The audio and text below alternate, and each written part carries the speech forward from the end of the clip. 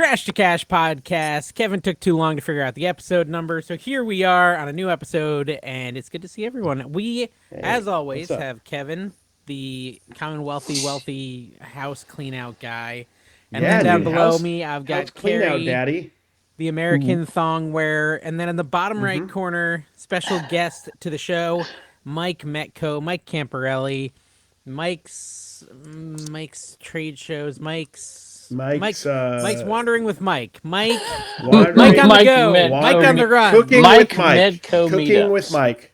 Cooking with Mike. Just pick one. Mike Metco Meetups is in the house. How is it going, everyone? Hello, how are you? We're in different spaces now. It's doing all right. Going all right. Wait, doesn't Kevin like being in the bottom left? It's fine. Kevin is very... Listen, we don't want to bury the lead. We don't want to bury the lead. We'll start off just by letting everyone know our special guest, Mike. Oh, yeah. We got to do Cornholio segment, dude. Wait, we're doing the Cornholio? Crap. Cornholio. No, we're not leaving Mike out. I am Cornholio. Look at it, Cornholio. Get the newsletter. Mike, look, he's got his Metco electric shirt on, too. That's cool. Yeah. So Mike has started a YouTube channel. It is in the reselling niche, kind of, right? Yeah. Mike, tell us about your channel. I watched your 30-minute video today. I liked it. I enjoyed it. Did you? But tell the audience, give them crib notes, and then they can watch the full thing on your channel. All right. I can give them crib notes. Yeah, basically, I just started a channel. I'm very new to YouTube. I don't know really what I'm doing, but I got a great community of people who are all willing to help me out, so I'll learn as I go along. But basically, in a nutshell, on eBay a couple of years. I got I'm sorry, worse every time I try to clean it. Doing, just getting worse. Go ahead, Mike. Sorry, Mike. Started with eBay a number of years ago, and I just learned from all you great YouTubers, and really beholden to you all for teaching me how to do this thing called reselling. And I had been encouraged for quite a while to start a channel of my own, but I kind of just shut that idea down immediately because, first of all, it's a lot of work. I give you guys a lot of credit, and but basically, I was like really girly girl when it came to going behind the camera. So, we watch it. We don't give it all away. Go over there and watch this because he explains the whole thing. He's the meetup guy, and I liked how you went through that whole process of kind of coming out of your shell and coming on and he's been putting yourself on video. Just fine. No, Mike, as you know, because Mike's a fan of the show. Mike watches the show. He's a fan. He's a supporter. He's a Patreon. I think Carrie motivated you coming up. I did. By the end of this episode. You're going to again today at the end of this episode, he motivated you. But don't skip. As you know, Friday the 13th. That's when we're recording. We do Flashing Fridays. So as a guest, you get to flash the audience first, and then. Okay, I'm ready. Whatever you guys want. You guys are my heroes, so whatever. Just give us the whole platter. We're ready. I got to give you credit for even coming on with this episode. I mean, you're brave. This is a business podcast this week, guys. We got to be serious. Let's talk about ice cream. I don't like my camera. Let's talk about ice cream and how ungrateful I am. And I didn't realize I was ungrateful till after I did it, but I am. I'm kind of a selfish, kind of minor narcissist. I'm trying to be good, but I'm minor. Well, I know people I've got who are something mega. about that today. But yeah, so Tina was picking up anti-gymnastics. I'm like, hey, while you're there, can you run over to Jeremiah's, which is, Carrie knows what Jeremiah's is. Dude, it's amazing. It's the goodness. It's like Italian ice and ice cream. It's so good. It's not where we went. It's right near gymnastics. No, you didn't get to the good place. No, I don't you think didn't I took you to Jeremiah's. We just took you to a normal ice cream place. Jeremiah's is like Rita's. Have you ever had Rita's? It's like Italian ice mixed with it's very good. And she's like, yeah, sure. And she like comes home, but there's like a light show on our road. Carrie, you should come see it. It's pretty cool. Okay. Maybe I took you to it right when they first set it up, but now it's even more crazy. Was it like Halloween or something? Yeah. Now it's all fancy. And so her sister's in town, so she took her sister to get the ice cream, or with her to get the ice cream, and then land the plane, Dave. Show. That's what you tell me. She went to the light show before bringing me the ice cream, so it's melting in the car. And so she kindly gets me an ice cream and brings it in. And my first response is, did you really need to do the 10-minute detour? Instead of thank you. This wasn't the best story I've ever heard. I'm like, I'm honestly. A douchebag. Mike Camparelli went to this ice cream place with us and just ticked off this guy who was working in there. It was awful. Yeah. Remember that? Yeah, when Mike kind of goes off the handle every now and then, it throws everything off. Oh, it was Can I just say official statement, which I don't think, Mike, you watch this show. I think it's the podcast you hate, and I don't blame you. This Leftovers podcast and anything Mike Deathpile says, we are not associated with him. Hands clean. We do not attach ourselves to anything he says. I think Joe likes it. It's pretty funny to watch Joe. That podcast is going to get what it deserves for associating, giving Mike that much airtime. Mike's a wonderful human being that says everything he shouldn't. So Mike, not Deathpile, Mike Camparelli. Mike Camparelli, Mike Metco. What would have happened in New York City if you would have walked into a place and got ice cream and the guys huffed and puffed like that and it was like 5 minutes before closing? How do New Yorkers treat that stuff? Let's not tell the whole story. Let's just ask Mike a random question that has no context. We've told the story. Somebody did. I'm not telling it again. Well, in New York, it's a little different. You really don't even want to go there because usually there'll be knives and guns involved. At an ice cream shop? Yeah, well, pretty much. Depends on where you are. But for the most part, you avoid confrontation at all costs. When you were an electrician in New York, did you actually work in the city at all? Not much. I have a license in Westchester County, which is just outside. A little bit. Or not at all. Okay, so now that's where the Ninja Turtles live, right? Underground. Yes. With the electricity Ninja Turtle questions, in please. New York City. So, did you ever see a Ninja Turtle? This is the primary question. Spider-Man? How do they? How do they run the so aliens in New York City? Ninja Turtles still unconfirmed, correct? Is that right? Okay. Yes. Right. Is it all underground, Mike? All the wiring in the city? Because I don't see it. It's just underground going up through the walls. All in the manholes. Yep. They don't just have exposed wire everywhere. What are you expecting? No. Well, they do. Look around in Florida, bro. It's up in the sky. So I want to know a reselling wire. What? You're in New York City. Hold on. Carrie doesn't understand this. Carrie, there's electricity on poles. Have you ever seen an electricity? Yeah, but poles? it's inside the wires aren't exposed. They're in the poles. Yes, they are. No, the wires are exposed going from one pole to the other. Can you touch them? Yes, you literally could. If you could fly, you could kill yourself. Maybe that's why Florida's having all the problems. Mike, maybe that's why there's so many Florida men running around. They've been touching the wires. You have to be grounded for them to electrocute you. Is that how it works, Mike? Right. Yep. This is mostly Here's an a question. Podcast. My mom never said I was ungrounded. So am I still technically grounded? It's been 27 years. Well, I've heard you can defy gravity. Yes. That was an opportunity. This inside story? What's this? That was a weird turn, but that was a wicked reference. Yeah. It was a wicked. It is a wicked reference, just in time for the movie being out 3 weeks. Good job. Gravity. No, listen, Carrie, I'm going to show you next time we're together. Tomorrow, actually, I'll show you the wires and stuff. Yeah. Oh, I can't wait. Me and Mike will have a podcast. You two can have a podcast about all your adventures. Listen, Dave and Carrie's adventures. Like I'm bringing the podcast to where Mike lives, Electricity Land. Yeah, we're talking about New York City, Kevin. All you want to talk about is picking and reselling. I want to know how a guy goes from owning an electric company. He's an electrician. Well, he has a company, or he had one. Yeah. How do you go from that to being a reseller in New York? And where exactly in New York? One word: COVID. That's what really did it. Made a turn. I mean, I did like a lot of service work where I was required to be in people's houses, repairs and all. And once COVID hit, they weren't letting in the houses anymore. That's actually when Carrie turned up his home invasions.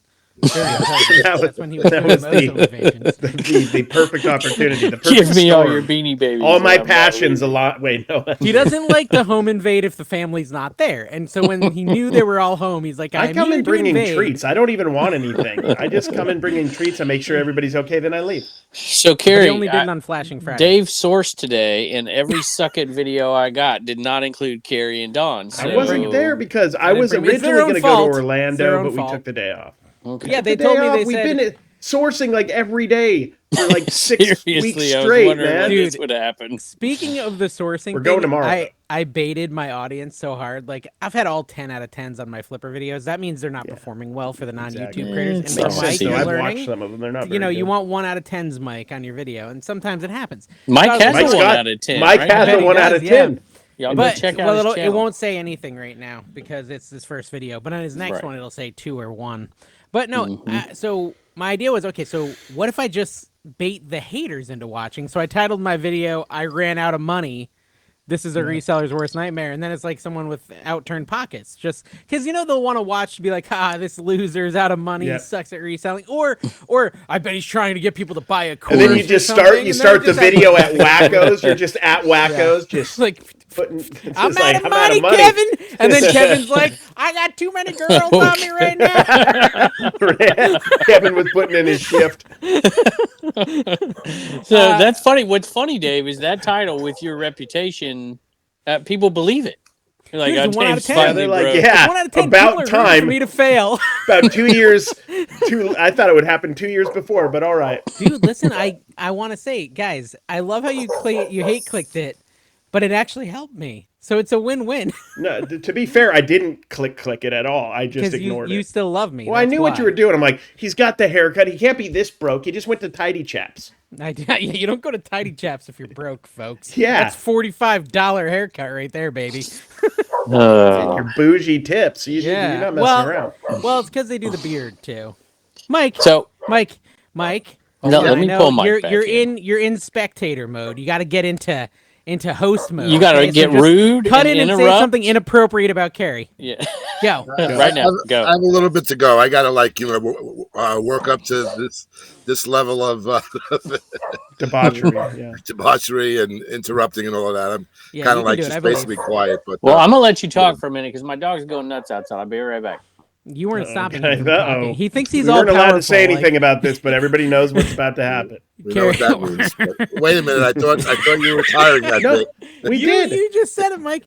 I like how Kevin thinks he controls Mike's voice box. Like now that he's gone, Mike's allowed to talk. Go, Mike, quick before he comes back. Before Daddy comes back, go ahead. First favorite season of Stranger Things. Go. Do not watch it. What is your show, Mike? What is other than YouTube? What TV what's shows your are you show? watching? Just YouTube personalities? Just YouTube. Yeah, really. I was never really. That is the new TV. That is the new TV. It is, and I mean, I'm on YouTube like 10, 12 hours a day. Literally. Okay. Without exaggeration. Do you ever run out of things to watch? Pardon me? Do you run out of things to watch? No, there's plenty of content. Do you ever get to like hour 13 and all that's left is Rockstar Flipper? You're like, I guess I'm watching Casey. I guess. No, I haven't gotten to Casey yet, but he's on the list. But no, there's plenty to watch. I want to see the Mike tier list. You know how Roman did his reseller tiers? Although anytime people do a reselling tier list, like top 50 resellers on YouTube, I don't enter it. So it's just got to be top 50 people who cook and also do That's reselling. the best way to get resellers to watch your video, though, is talk about them. Kevin loves it. Kevin sniffs it out. If he even thinks somebody might be talking about it, he's there. He loves Kevin loves him some Kevin. Content he has an army of people listening for his name. Listen, if there's somebody saying something about me, negative or positive, it's always an idea. If it's negative, it's always an idea for a video because there's an argument there somewhere. So that's why I do it. Plus, I have to watch Carrie on Dibdit to make sure he doesn't screw up. Yeah, so it's not pure unadulterated vanity. Can we talk about the atrocity that was Carrie's auction last night? What happened, Carrie? Seriously, dude. Yeah, we can't both go at the same time. It was confusing, but live and learn. We're trying new things. We're in Florida, when in Rome. Yes. Try when things in Florida, it didn't work. We won't be doing that again. So I'll give people some context. I have a lady on Dibdit that's mad at us, Dave, because of how you shipped Funko Pops. What do you mean? Did you ship Funko Pops in a bag? No, you did not. Not unless they were loose. I might ship loose Funkos in a bag. They were but like not real the ones. Dibdit, the shipping, she was saying like the Dibdit, the shipping has not been satisfactory, and then she said 2 people who did it well, and then Dave didn't, and I'm like, well, that's just one person. And she's like getting mad at me, saying you better ship it right. I'm like, do you know Dawn? Dawn ships really well. Rate. Well, no, okay, so sometimes bet Mike ships here's what perfectly. I'll say. Sometimes I ship things in ways that people would be like, I wouldn't have shipped it that way. But then if they really look at the item, it's fine. It arrived fine. It's in no worse condition than when I shipped it. They just didn't think it was a nice way to ship it. But, I'm a minimalist. I like to save the environment. You're a maximalist minimalist. Yeah. You want the maximum amount of the minimum. When it comes to box Funkos, I always put them in a box. So that it definitely wasn't Funkos. But you wouldn't put non-box. So she wouldn't have gotten them. Okay, I can maybe. This is what Dave promises. You buy a new in the box Funko, he's taking it out of the box and throwing it in a dirty bag. And if it was a loose Funko, loose Funko with no like tiny swords or anything, I could see myself wrapping it in bubbles. Wrapping it in bubbles, taping the bubbles, and then throwing them in a poly. I feel like loose Funko, if anybody has a ska band, if those are still around, loose Funko is a good name for a ska band. Is Mike about to show us how he packs stuff? Is Mike unboxing something from me? Or I thought he was going to do that bit from SNL. Mike, what is that? What is that box you brought? The way he was carrying it. Who's that from? Who's that from? Sale of the week.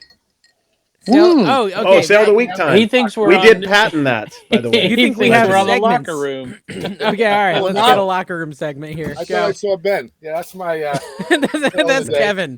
Kevin and Ben, they're mixed up a lot. Equal amount of cocaine. Go ahead.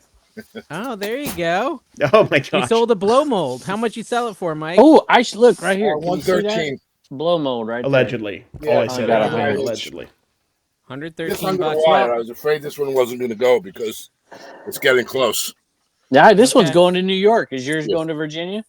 That's going. You guys should meet halfway and exchange boxes and then deliver them to the person.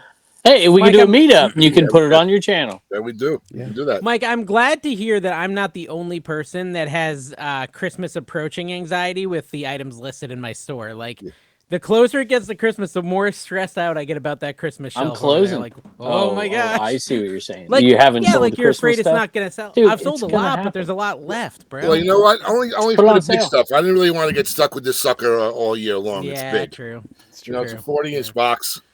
It's easy. It's easy for Kevin. He just takes the tinsel off the Inamen, and then it's still sellable all year round. Puts a little tinsel and does the Christmas. You could run a sale. I got a lot of my Christmas stuff on sale, Dave. You could have done that. Give it away at this point. I still could do that. I don't have that much. I have like one shelf worth basically. I sold a lot of Christmas stuff that is another good thing to do is to delist and sell similar to your Christmas stuff in October, November. Also, to be fair, Christmas stuff will sell until early January. It really will. Yeah, I bought stuff at like clearances after Christmas and sold it before like the New Year. Like I had a bunch of Christmas like lingerie. It was personal, but it sold in March. PC, and collection stuff. How do you source in New York? What's the deal? What's Mike? The method? I know the answer. Let me answer this from Mike. Did a ghost turn your light off years and years, or you could let Mike for talk. years and years and years. Mike's been stealing inventory from himself somehow, and he's been selling that. On their houses? I don't know. Yeah, something like that. Explain it, Mike. It's like, oh, look at those Cutco knives in the drawer.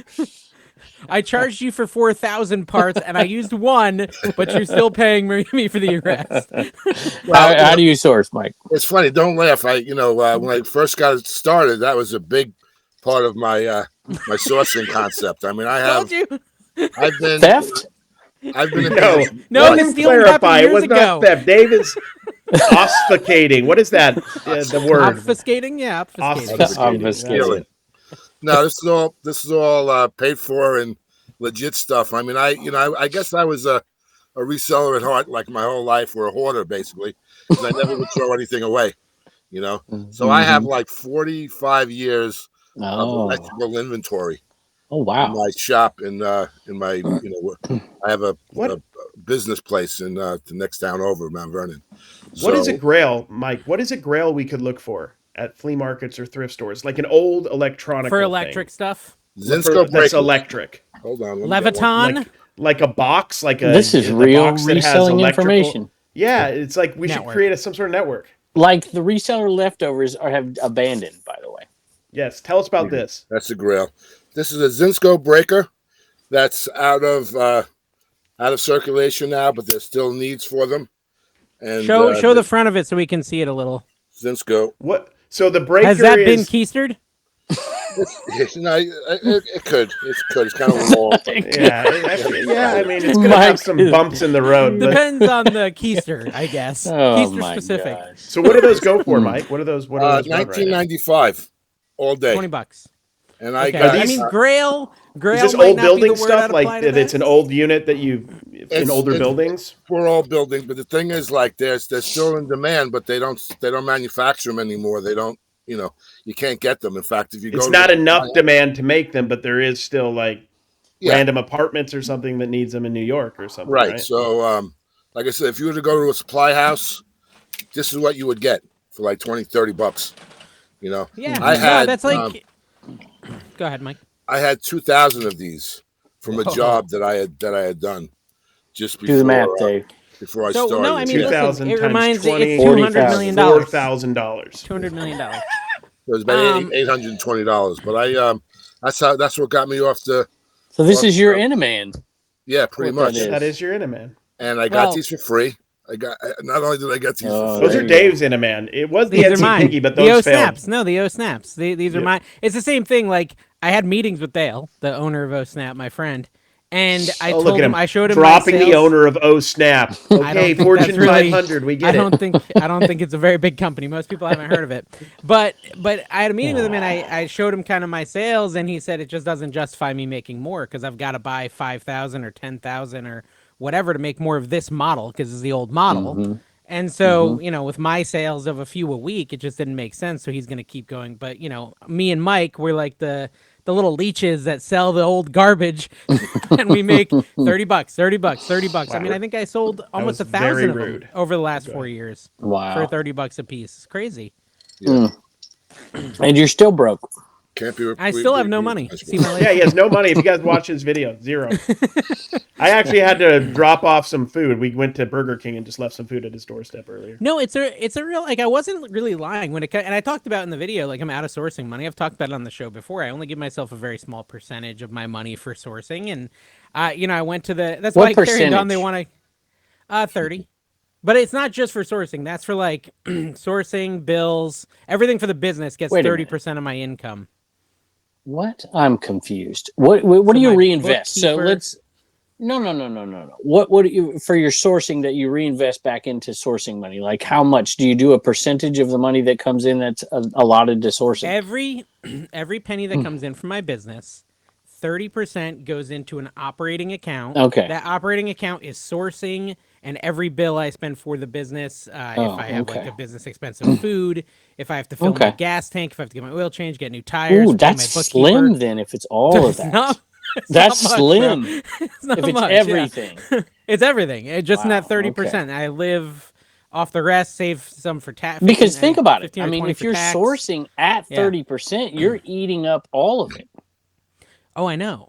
So you got to source. So there's your answer for why does Dave always lowball people? That's why I want 5X. yeah, 5X exactly. is where I actually make some profit in the OpEx account. If you're not following Carrie, because numbers. I zoned out. I zoned out like 3 years ago. So if I have $100 to source, okay, and I go buy something that's worth $200, when that $200 comes in, only 30% of that $200 gets to go back to sourcing. So that's what, $60? Is that math? Yep. Yeah. So that makes sense. I actually lost $40 on that. No, flip. You did not lose $40 in the world of like, you lost how much I have to spend on new money, stuff. On new exactly. Stuff. That's but not only that, some of that money also goes to like the gas tank or the food or whatever. So I really need to try to shoot for like 5X. And if I'm not hitting 5X, that's not coming out of your personal account. No, I use OpEx for that too. I mean, You don't count your mileage. Expense. This is it's a bad decision. But whatever, we'll talk about it. No, you're right. Jenna does all that. But you're right. She counts my mileage. That OpEx, she probably calls an owner draw or something. But I use that account to take it. She probably calls it an owner draw. She knows all it. Her and Ben do all that stuff. But anyways, the point is it's how I like stay lean. The problem is when I do a lot of flea markets because the margins are much, much slimmer on markets, especially if I'm auctioning a lot. So if I'm buying at the flea and auctioning, that's every time I do a lot of that, I start to see this like zeroing out of my OpEx account. Okay. But what about the social media income that comes in? Is 30% of that going? Because then you're fine. Yeah, that too. Yeah, that too. That's what helps. Then I don't feel bad for you at all. Then that's perfectly. I didn't want you to feel bad for me. Cooking Daddy does your sourcing money. Yeah, Come I wasn't. On, dude. Yeah, I wasn't trying to make me feel bad. I was just Cooking Daddy money. He's making so much on that right now. Jeez, you're almost at 100K. Cooking Daddy is dying. It's a very sad death, but whatever. It'll come back. It's how YouTube treats you. It did hit 6 million views though today. So keep that in mind, Mike, when you do these. Because Mike's going to go to all these meetups and he's going to have a series of videos for each one, and some of those can end up being their big events can end up being evergreen, Mike. But boy, YouTube is an up and down road for sure. No doubt about it. But well, I watched your video, and you said that you're gonna do like basically tell people when the meetups are, and then film at the meetups. When are we gonna get the Mike Metco's meetups though? Because that's the next big thing. I want Metcoholics sponsored meetups. When are the Metcoholics gonna get what they want? Carrie, you went to one. It's all in the works. It's all in the works. I had a little trial one in Vegas where we all got to sing Carrie a song, and I want that song to be published at some point. I spent a lot of time with that We're song. talking to Publishers Clearinghouse. Well, we've got Taylor Swift working on it. Taylor Swift, not the Taylor Swift that's famous, just some dude. No, it's some guy who lives on the bench over here. He works at His Pep name's Boys. Taylor Swift. I don't know. They still have Pep Boys in Florida, boy. I didn't even know Pep Boys existed anymore. They do. It's the only place that's where I go for lunch. Wait a minute. Did we ever let you do your sale of the week? Oh, it was the blow mold. That's what it was. Yeah, it was the blow mold. Yeah. Okay. I mean, okay. Listen, we can do. Maybe we originally founded segments, so let's go off that segment we founded. Kevin, do you have a sale of the week? No, I wouldn't just mention it. I can find one. I'm sure. It's okay. Don't bother. I did sell blow molds for candy canes and toy soldiers, the thin ones, really thin ones, and I sold those for $100 plus shipping. How many? 4. Oh, okay, 4 for $100. So 25 a piece. Yeah, the real thin. They have like candles. Yeah, no, and they I have just stuff like that. I sold one a little while ago. Yeah. They're not bad. That's not terrible. I got like $30 for mine, I think. For 4? For one. So that makes sense. Yeah. So 4 for $100. Yeah. There you go. Made money on shipping though. Learn from Dawn. Yeah. Seriously. I generally lose money on shipping. Carrie, how about you? I mean, I've just been doing Dibbed It. I've been a full-on Dibbed It daddy all week. Seriously. Where are you at? So we've been, gosh, I don't even know what to do with all the money we have at this moment. It's just if anybody needs any. Well, okay, we didn't really talk about, we should give some context. So when I was mocking Carrie for his auction last night, him and we Dawn should be decided praising to do a him because he's been doing amazing. Yeah, I've been trying. In his house. So Carrie next to each other. Carrie is selling live on Dibbed It. Dawn selling live on Dibbed It. 2 separate accounts right next to each other, and they're also popping into each other's camera, which is like very confusing. We like to free ball is what I call it. We like to free ball. And here's where the problem came in. And Carrie's right. He's testing, and when he tested, he realized the issue. And some would say that I warned him of this issue, and he didn't listen. I almost called him, but I told Dave. I said, Dave, what is Carrie doing? Look, we're just trying. Look. Sometimes, listen, some people have called me the Fellini of reselling, and it's because I'm creative and I try things. Okay, but Fellini's dead now. Not everything worked. So he did not figure out crack the everlasting life thing. So I'm going to fail at times. And this is a case on Whatnot, on any live auction site. You'll buy the first item. It'll have like a little higher shipping cost, let's say $5. And then every additional item you get will be a $1 shipping cost because it doesn't cost $5 every time you add something to a box, as we all know. Now, there's a tipping point where it gets so big that it gets expensive. But in general, so, for the longest time, Whatnot was literally that. It was like a first charge and then a $1 for the longest time. And so that's how we've been trying to do the auctions. Me and Dawn, at least. Carrie was napping or something when we discussed this. So it was $5 for the item and then $1 for each additional item. So he co-streams with Dawn. Dawn has set herself to $5 and $1. Carrie set his to no, she was at. Well, I had heavier stuff, David. So Carrie's selling Funko Funko Pops. $5 and $1 and just ship it with my good looks. I have to pay for the shipping, David. They were Funkos. That's the same thing I did. They're not. They have weight. Heavier Funkos. Anyway, so I'm not keystering them across the border. I have to get them there safely. Stop trying to make a profit, okay? First of all, that's your first problem. So people were getting a little upset because Carrie's was getting mad at me, and I felt bad, and I wanted to quit Dibbed It after $6 for the first item, and then $3 for the second. But it was confusing because they'd unlock the cheap shipping on Dawn's, and then they'd go to buy to Carrie's, and it was all of a sudden $6. And then they'd buy to Dawn, and it was $1 for Progressive, and Carrie's was $3 for Progressive for the $6. Or $4 sometimes.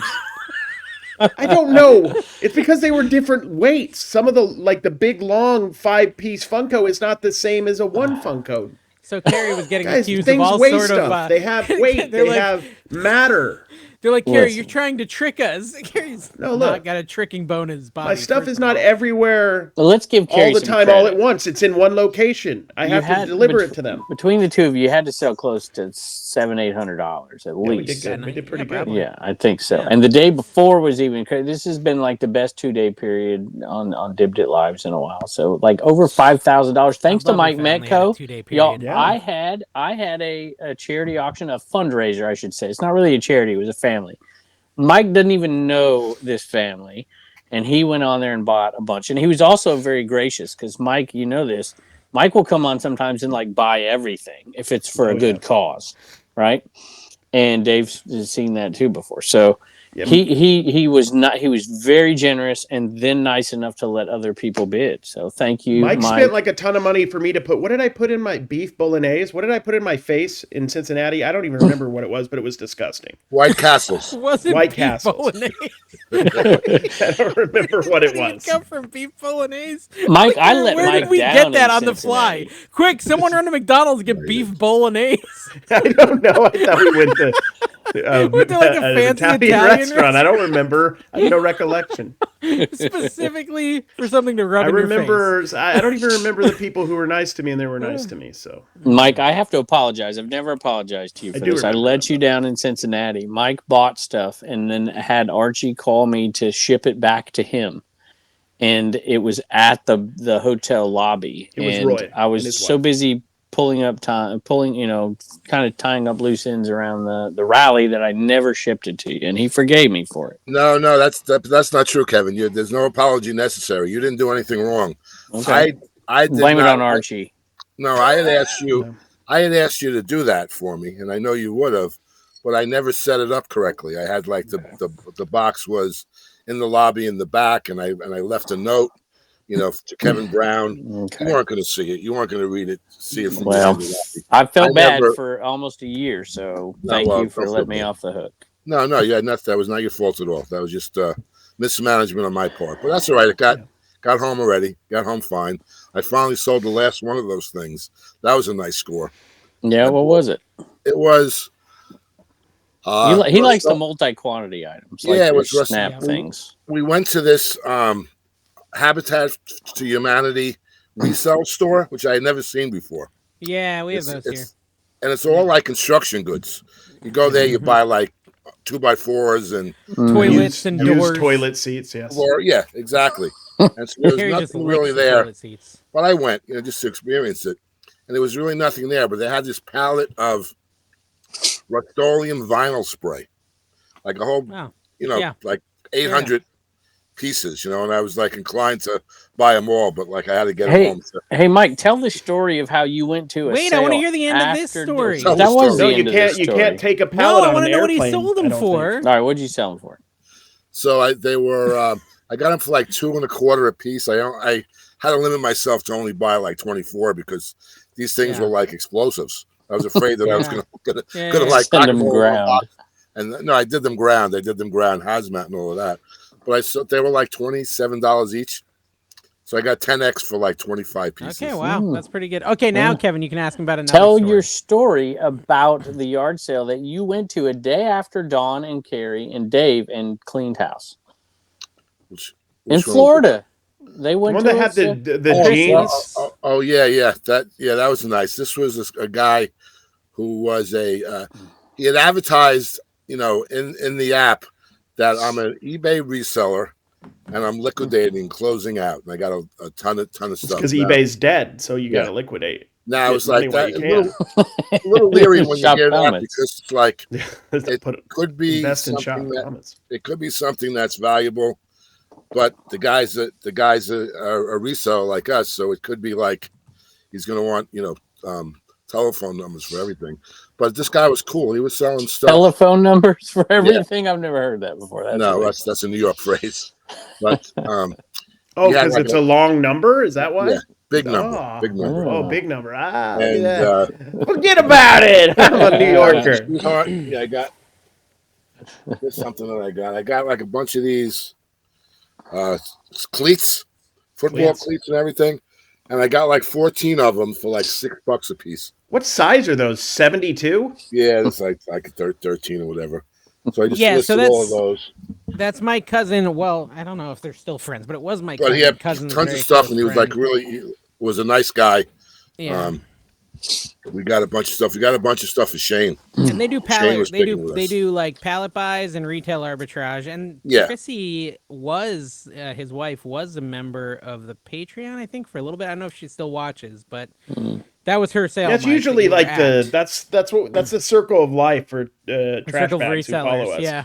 They start out watching and they join the they start watching, they become a Patreon, they realize, oh man, I made a mistake, and then they never watch again. Never delivering what he's promised. And I just did like all the things today, and I was sincere. You guys are going to get some very heartfelt messages from me. To be honest, though, I feel like we should look at last month's members, and you should do it again next week. I'll do it again next week. I do owe them. I'm like behind. You had a day of rest, Carrie. You didn't even go sourcing on a Friday. I know, it's weird. I didn't know what to do. I felt weird. I felt sad. No, you didn't. I can tell you, Carrie, I can tell you my favorite find from today that you missed out on. Wait a minute, I know what it is. It better be. If it's better than this, I'll be mad. Mary Mushroom.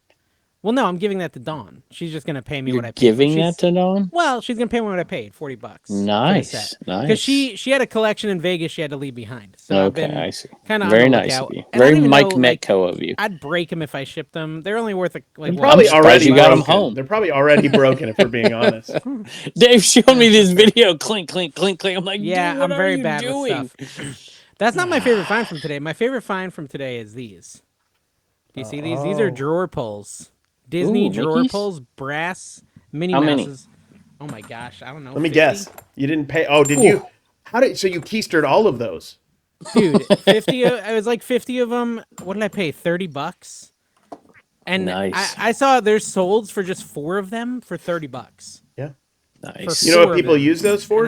Drawers. So that's probably like that is better than the Mary Mushroom. Yeah, it's probably about $400 just in little drawer pulls. Yeah, somewhere around there. They're pretty cool, man. Yeah, it might be $300 when all said and done. Hey, speaking of trash bags, I got the most visceral reaction I think I've ever got on any picker video over trash bags.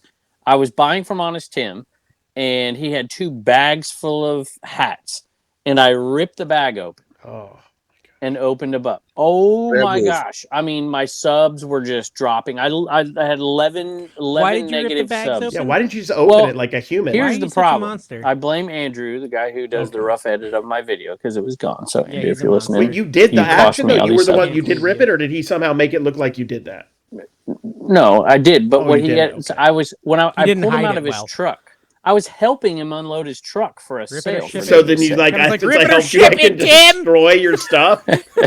And he's like, hey, get those hats, see if you want them. I'm like, okay. So I grabbed these 2 bags, and then I'm walking over to where he's going to sell stuff, right? So we edited that whole part out.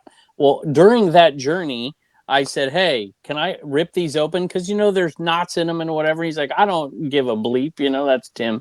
And fine, rip them open. So that was all edited out. So the next scene is me tearing into the bag. So had you just... I bought all of them. Had you just watched some of your wrestling VHSs and taken a couple blue pills and he's just felt a lot of energy? He's hulking out? Were you hulking out? You should look at the comments. And a couple of them I had to delete because they were just completely rude. But, I mean, it was out of control.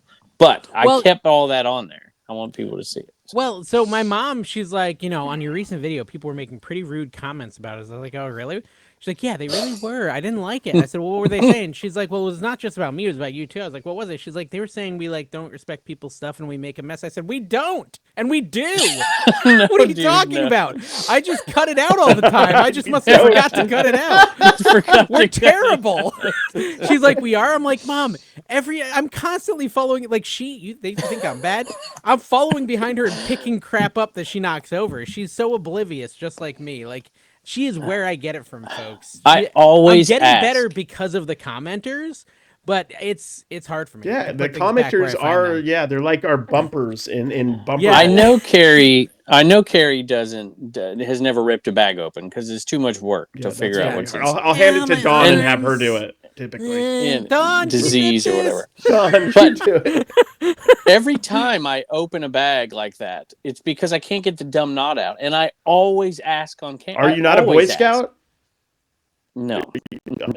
Oh gosh, nowhere near. So, Mike would comes... laugh. You would not have hired me, Mike, for your business. I promise you, I couldn't do anything. Mike, when it comes to sourcing, do you go to yard sales every weekend? Yeah. You do. Okay. You do? Absolutely. Yeah. Sure. Really? Why does that make you laugh? Why wouldn't he? He's a reseller, Kevin. I didn't think there's been. They have regular towns out. He's right on estate sales. Yeah, no, I every weekend. It's a whole process for me. At Thursday night, I prep for it. I go on Craigslist and I make a list. I go on all the yard. Draw a map.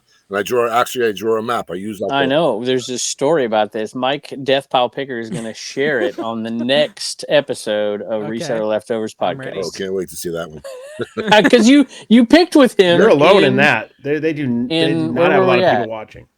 Oh, FlipCon. You picked with Mike. How was picking with Deathpile Picker? Because he complains about doing it with me and Rod. It's very smoky. Oh, yeah.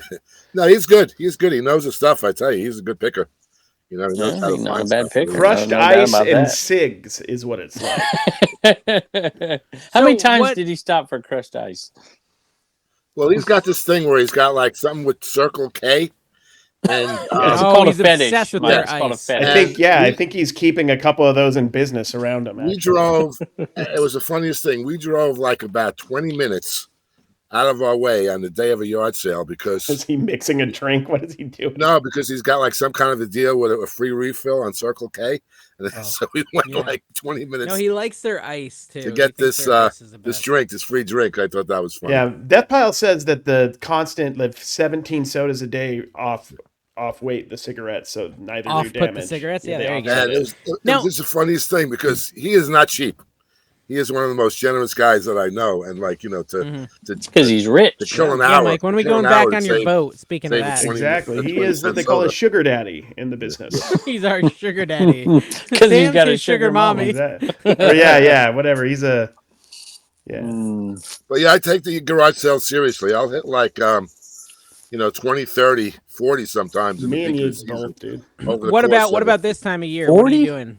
Now it's dead. Nothing? But I just rely on my inventory, on my. So you're telling me now you can still hit 10 in the middle of the winter time up there? No, not anymore. No. It runs till like just before Thanksgiving is kind of pushing it. Because there's 2 tomorrow, and they're both inside of a home. Well, and now one of them has one every week. No, what I do now is I resort just to the estate sales. So I'll do like maybe 3 or 4 on the weekend, just estate sales. But in the height of the season, when there's garage sales, then there'll also be estate sales mixed in. And there's got to be some good ones because there's a lady down here who has a giant shop, and she's got a Facebook page, and she sources in the Northeast. She sources in New York and at these estate sales and these auctions, and she just brings truckloads. Exactly. Back. You're going into a place and you're coming out with like James Garfield's mushroom, or not mushroom. I made that sound weird. Mustache. Handlebar. Yeah. That's what I was trying to say. Handlebar mustache. Okay. I'm not high. So I promise I'm not high right now. I was going to say, this is not the carry I'm used to. New York is good, but it's hit and miss. I mean, it's not the best place in the world to source. That's why I'm really looking forward to this meetup channel because, as you know, whenever I go on a meetup, I'll go like a weekend before, a weekend afterwards, so I can definitely hit the garage sales and see the differences. Like, I love, people say it's not the case, but I love picking in Vegas. I think the garage sales in Vegas are as long as you don't do it with Carrie and Florida Mike, as well. If you go with pitch an idea for you, Mike. Good. I want to pitch an idea. Can you think about meetup surrounding the Brimfield, Massachusetts flea market that happens once a year? It's supposed to be like one of the best in the U.S. Dave really wants to meet once Jocelyn. Or twice a year. I think it's. Does she go there?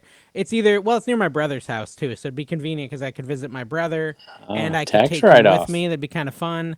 But yeah, look that up. The Brimfield Flea. It's not far from Mike. It's in Massachusetts. So I mean, what are you? 3 hours from Mass, probably. Antique Nomad. Yeah. I'll check it out. What was it? Brimfield. Brimfield Flea Market happens, I think, twice a year. 3 times. May, July, and September. But May and September are the big ones. All right. Yeah, I'll check. May would be the one to shoot for, probably. Yeah. All right. Yeah, I'll check into it. But the July could be good too.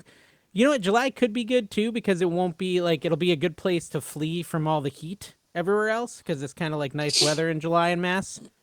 So I like Mass. Nice state. I'd go north. My wife doesn't. I don't know. Yeah, I'd go north, I guess. Yeah, I'll check American it out. arbitrage. I'll look into it. My purpose with this channel is to really not only cover all of the established, meetups, which everyone knows about, but to also look into other possible ones. And I want to do some stuff locally here in New York as well, and create like a little bit of a local reselling community that we can all kind of get together and work together. So, whenever I hear something, Massachusetts is nice because it can get the whole tri-state area and get New Hampshire, Maine. Like that's a big crowd that usually has to travel pretty far for meetups. Yeah. So it'd be kind of cool for all of them to be. No, that's all you got to do is kind of keep your ears open, and there's like a lot of stuff, you pick up along the way as far as different things. Like I've been looking into, setting up some things in North Carolina, in St. Louis. I may do something in St. Louis. A couple of things in Florida as well. Who's in St. Louis? Isn't there a few folks in St. Louis? There's quite a few, Kevin. Like there's James Hufflepuff. There's Rad Relics. Right. I got the idea from Josh. He had mentioned in his live that he'd like to go down and visit from Canada. There's one more. Visit James Marcus. Kevin, there's 281,000 people there. Thank you, Dave. Yeah. Red Relics, Paige, Marcus, James. The Gateway Arch is filled with asbestos. I stay away from that because it's not safe.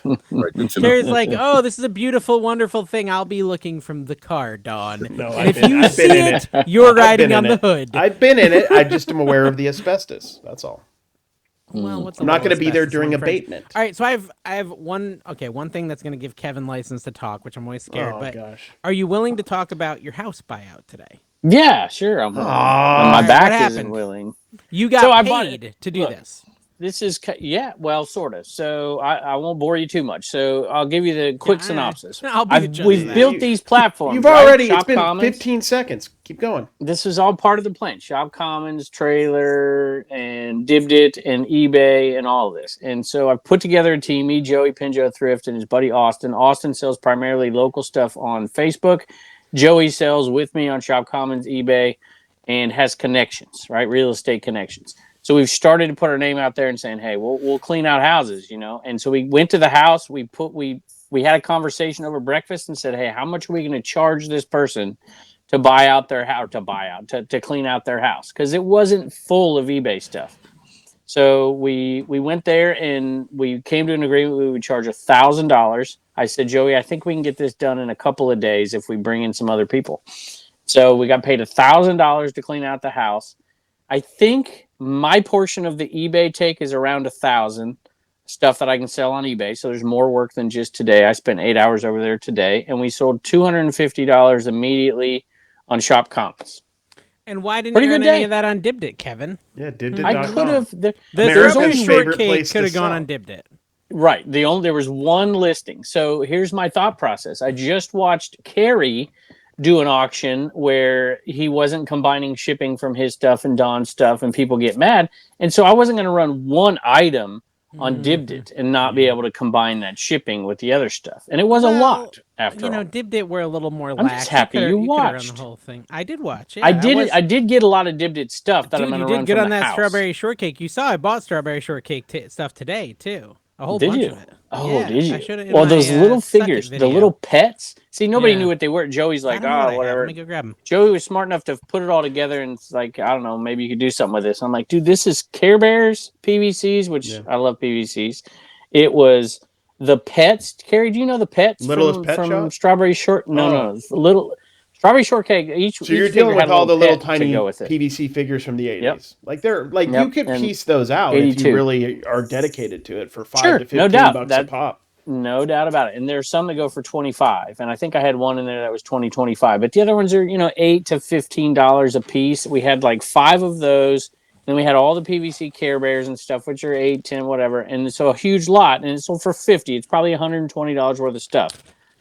Are these, I don't know if these are that, like this little turtle thingy. Yes, that's it. And then there's like a little strawberry shortcake in there with it.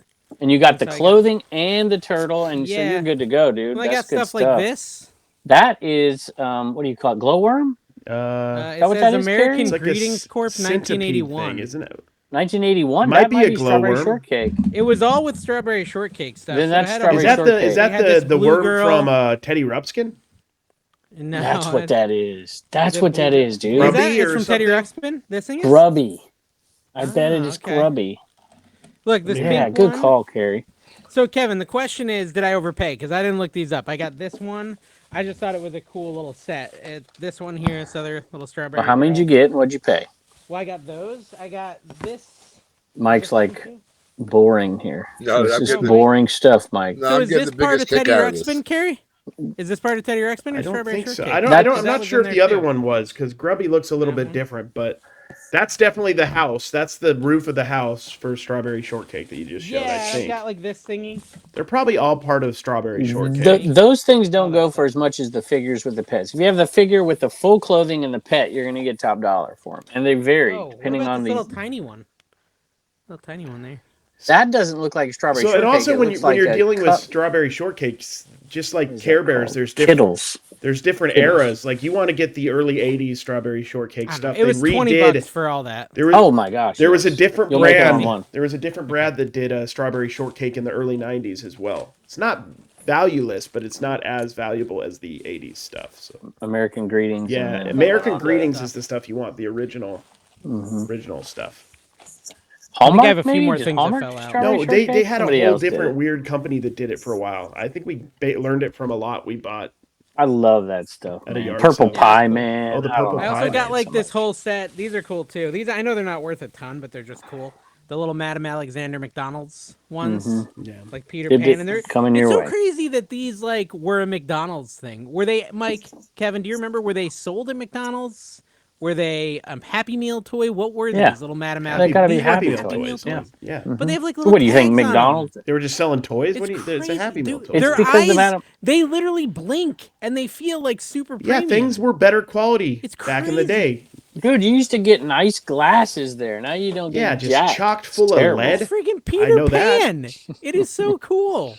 Those aren't worth much, but they are cool.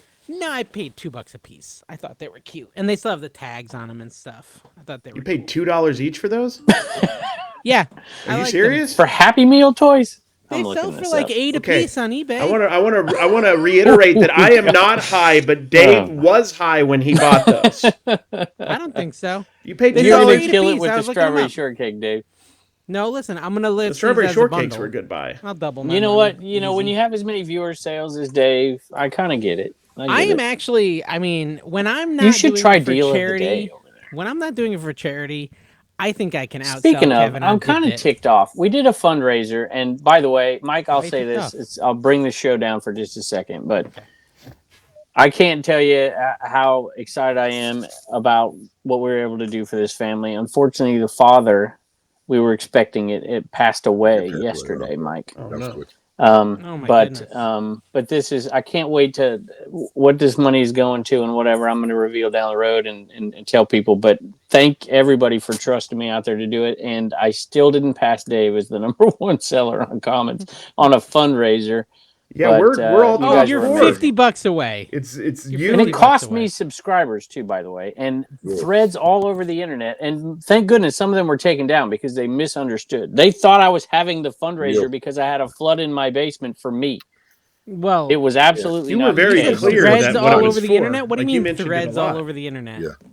Well, there was YouTube comments. There was all kinds of people saying stuff on different platforms and stuff, and I can't find it now. Are you on the Reddit? Are you looking in the Reddit for comments? Yeah. Look, I don't look. You have to defend yourself when stuff like that gets out there because people believe everything they read.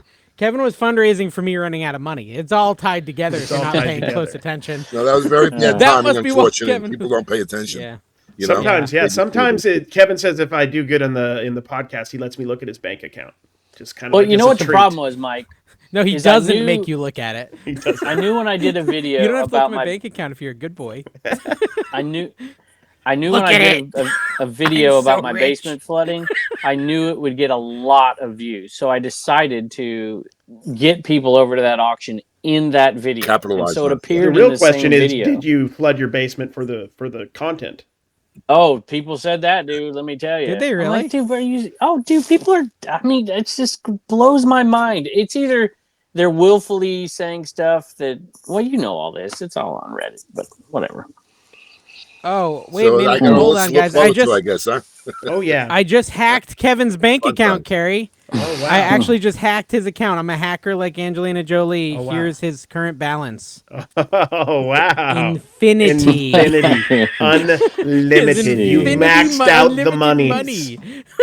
You can't even have more money. Listen. Okay, no. Listen what I got to put up with, Mike. Mike is the most generous man of any YouTube reseller ever. This is nice. This is the first time you've said that. YouTube reseller. This is the first time you've said this where you haven't said it was yourself. So that's good. I'm glad you're changing, Kevin. You're changing. You're growing as a person and as a reseller. Mike is the most generous guy. That's without. And he's an ambassador. We need to raise that title. He's an ambassador of another podcast. He needs to be like royalty of reselling or something, maybe king or something a little bit more than ambassador. Let me tell you something on that. I was quite touched, and part of my decision making to go ahead with this whole meetup channel thing was something that was based on what Dave had said in the previous Trash to Cash episode. I don't know if you remember, where you were kind of like tongue in cheek and you were kind of kidding about it, but like serious to some extent. That like when I did that I was meetup, fully serious. when I did that meetup in Vegas, that you guys were going to hire me to be the meetup guy, and I'm ready. Yeah. I'm ready to hire Mike to be the meetup guy. Were you at the last meetup? And yeah, you were. I was at all. You were there. Yeah, Mike's at every single meetup everywhere. So let me tell you, those ladies speak so highly of you, and at that meetup, let me just tell you, they were super sweet to you, and they were kind, but not even in front of people, just in casual conversations I had with them. They just can't say enough about you. So Kevin, that Katie sticks out to Vicky, Kevin because most of his private conversations are very catty, really rude. His usual conversations are very biting and backhanded. Kevin. Typically, when it's just amongst us, when the cameras are off. Positive. But then the persona appears when we turn the cameras on. Carrie, I want to talk about cards for a minute because I'm in a weird situation here. I've got two buddies that love cards. Okay, my buddies being I like them already. And Carrie. Rod and Carrie. Yeah. Tim's not your buddy? Yeah, you're not friends with Tim? Tim is my buddy, but Tim's not buddy to the point where I'm like sourcing for him. Rod and Carrie being local, sometimes today I FaceTimed Carrie and I showed him some sports cards and he shot me down, which is generally what happens. Well, I have to do that, or you're just going to buy a bunch of junk for me. Well, he shoots you down on good stuff that you're buying, so what do you expect? I am cheap. That guy had a ton of Rydell helmets. We could go there tomorrow. See that Rydell helmets I like a lot. He was a viewer, very nice guy. Yeah, he was very nice, and he'd like for you to come, but it is far. It's like 45 minutes, and I wasn't. Did he specifically ask for me because I'm very vain, and that will encourage No, he said like if you have to bring him, I guess you can. Okay, so I'm going to consider that asking. He said he's got some clothespins that he could put on his nose for when you show up. Anyways. He had 2 sets of cards, okay? And in the past, I've always told Rod, hey, if I find like, pop culture cards, I'm gonna pick them up for you, right? Yeah. But Carrie also kind of likes pop culture cards, but Carrie really likes sports cards. So I had this struggle today. I don't. Here's how I divided it. I don't think Carrie's gonna be happy with how I divided it today, but I actually did help Carrie get some pop culture cards at the Daytona thing with Dawn. Yeah. So I was like, it's time to help Rod out. Yeah. And so at that sale, Carrie, they had ET Rod's cards. Rod's rich now. He doesn't need any help. They had ET cards and 1979 Star Trek cards, and I offered them to Rod instead of you. But I don't think you would have taken them because they were $2 a pack, which is like above your limit of $1 a pack. What? Have you watched you told me my at card $1 channel? A pack, just grab them. You said no for the pop culture stuff. You said at $1 a pack. You should have just not told me. Grab them. Now I'm hurt. So you would have wanted those? I would have bought those, but no. Rod is, in all honesty, Rod's the one you should offer those to because Rod is the one that wants to do that. I don't offer anything to Rod. Well, if I find more, I'll offer them to you next time. But I don't know who to offer them to when I find them. I'm like, You can do what I do in the videos. I'm buying these for my buddy Carrie, and then I go on and sell them on Imagine. This is the only place where you are. This is the only place where people aren't kissing your ring, Kevin. We're trying desperately to keep you from floating into space, with the big head. We're trying to help you, Kevin. We're here to help you. Hey, did you see there's a rash? There's a rash of static sales today, and boom, boom, boom, like within an hour, three. I thought there was a glitch. Sales on Dave'sKitchenMarket.com too. It's the shop common of kitchens. Why do you laugh, Kevin? Seriously? Maybe. Oh, today was a great day for Shop Commons. I'm waiting for Mike. Listen, hey, Mike, why don't you put those little breaker things over on Shop Commons for like $8 a piece, and I'll buy your whole inventory for you. Don't have any left. I sold out on them. Oh, did you? That's not, man. That's a lot of sales. You got to 3D print them. That's the play. I got a couple left. I'll send you one. Kevin, we're up to 11 sales on Dave's Kitchen Market in 12 days. But who was the first? Days. And who was the first? Commonwealth Picker. Right. Today we sold a cookbook over there, Mennonite Community Cookbook. So creepy about it, though. I meant to tell you this. And Carrie, what is Mennonite, by the way? Is that a Mormon thing? It's like no, Mennonite's like Amish, right? Amish light. So someone sold a Mennonite cookbook on there for $23 today, just to a random person. I thought that was pretty cool. So I came across a bunch of cookbooks today, but unfortunately they were already in the donate bin. That were going out, and I was like, man, because I'm trying to get this stuff all gone. Yeah. No, what? No. So you couldn't steal them out of the donate bin. Didn't. Well, they didn't look like they were amazing. I was thinking, I could put these on Dave's Marketplace, and I'm like, I don't think these are that good. But it made me think about it at least, because you say you're selling cookbooks. Yeah. Well, the idea I had, and I talked to Carrie about this. I keep buying cookbooks, and instead of like comping them or anything, I think I'm gonna do like a category or a collection that's just $5 cookbooks. And just every time I find a cookbook, good idea. Just put it up as a $5 cookbook. Doesn't matter what it is, just $5 cookbooks, and it won't necessarily like they'll probably be better, more bolo. But I don't know. I'm not even gonna look them up. I'm just gonna put $5. I think that was the Cat Nurse Flipper Beanie Baby strategy years ago. She bought a massive amount and just put them all out there for $5.